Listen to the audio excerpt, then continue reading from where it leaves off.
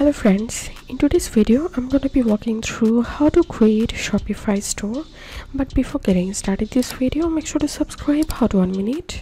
So first of all, open a browser and type shopify.com, and to start 14-day free trial, enter your email address here.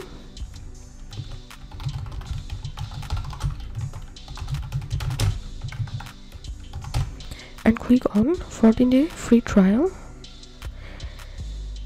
and give a password here and click on create your store.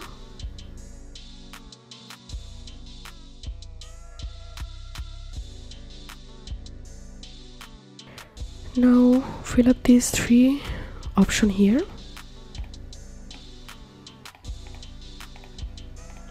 and click on next. And now fill up this form here. Give your country, first name, last name, address, city, postal code, and give your phone number, or if you have any business website or personal website, then you can add your website URL and then click on enter my store. So here you can see I have successfully created my Shopify store, and now I can add product by clicking here. I can customize my theme from here. Also I can add my domain from here. I can add payments option from here. Also I can set shipping rates from here.